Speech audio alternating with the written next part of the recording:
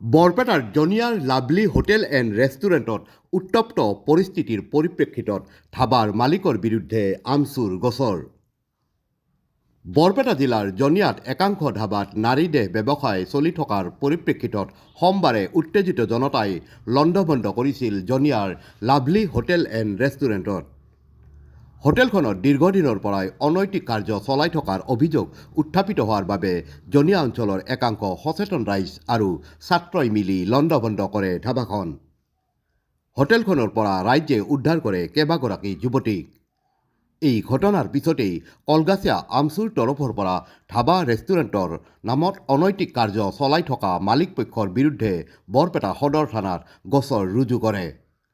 সদৌ অসম সংখ্যালঘু ছাত্ৰ ইউনিয়ন চমুকৈ আমচুৰ তৰফৰ পৰা আব্দুল মতিন, মহিদুল ইছলাম, মালেক আলীৰ আৰু ৰাজেক আলীৰ বিৰুদ্ধে এজাহাৰ দাখিল কৰে।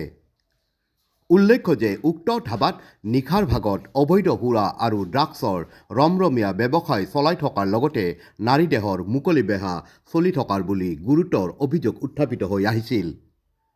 উল্লেখিত অভিযুক্তসকলে স্থানীয় যুৱতীৰ লগতে যোগান ধৰে বহিৰাজ্যৰ যুৱতীও। উক্ত অভিযুক্তসকল কলগাছিয়া বেকী নৈৰ অবৈধ বালি খনন সিন্ডিকেটৰ লগত জড়িত থকা বুলিও অভিযোগ উত্থাপিত হৈছে। জানে যে আমাৰ জনিয়াত বৰপেটা জিলাৰ জনিয়াত যি যোৱাকালি আমি সামাজিক মাধ্যমৰ জৰিয়তে প্ৰত্যক্ষ কৰিছোঁ যে জনিয়াৰ দুখনকৈ ৰেষ্টুৰেণ্টত যি নাৰী দেহ ব্যৱসায় আগৰে পৰা চলি আছিল, আমি বৰপেটা প্ৰশাসনক ইতিমধ্যে বহুতবাৰ অৱগত কৰিছিলোঁ। যদিও বৰপেটা প্ৰশাসনে যদি আগতেই যদি এই পদক্ষেপ বা এইটো নিৰ্মল কৰাৰ পদক্ষেপ ল'লে হয়, তেতিয়া যোৱাকালি যিটো আমাৰ ছাত্ৰ ছাত্ৰী স্থানীয় সমাজে স্থানীয় ৰাইজে যি পদক্ষেপ লৈছে যে জনিয়াৰ দুখন lovely hotel and restaurant and Galaxy hotel and ৰেষ্টুৰেণ্টৰ যি মানে পাঁচজনীকৈ ছোৱালী যি অবৈধ কামত লিপ্ত থকা আমাৰ স্থানীয় ৰাইজ আৰু ছাত্ৰ ছাত্ৰী প্ৰত্যক্ষ কৰিছে। প্ৰত্যক্ষ কৰাৰ পিছত সিহঁতে যি যিটো কাম কৰিছে, ৰেষ্টুৰেণ্ট দুখন ভাঙি চুৰমাৰ কৰিছে আৰু ছোৱালী কেইজনীক আটক কৰি বৰপেটা প্ৰশাসনক গতাই দিছে। আমি এই ক্ষেত্ৰত কলগাছিয়া জিলা আমচুৰ তৰফৰ পৰা জনিয়া অঞ্চলৰ ৰাইজ আৰু ছাত্ৰ ছাত্ৰীসকলক ধন্যবাদ জ্ঞাপন কৰিছোঁ।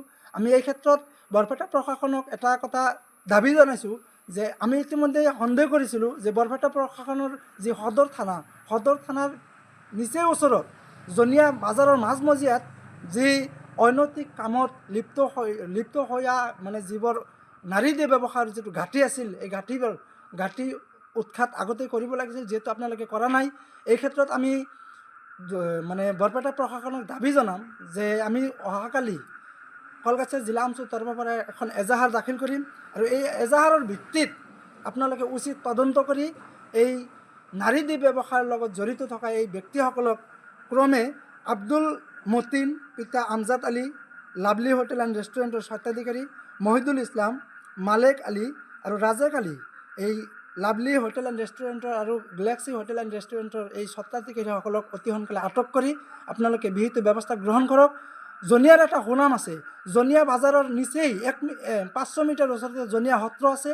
জনিয়াৰ এটা ঐতিহাসিক জনিয়াবাসীক আপোনালোকে অলপ এই নিৰ্লজ্জ কামৰ পৰা জনিয়াবাসী যি লাজ পাইছে কালি এই জনিয়াৰ নিচিনা এটা অঞ্চলত যে 4-5জনীকৈ ছোৱালীয়ে নাৰী দেহ ব্যৱসায়ৰ লগত জড়িত থকা প্ৰত্যক্ষ কৰিছে।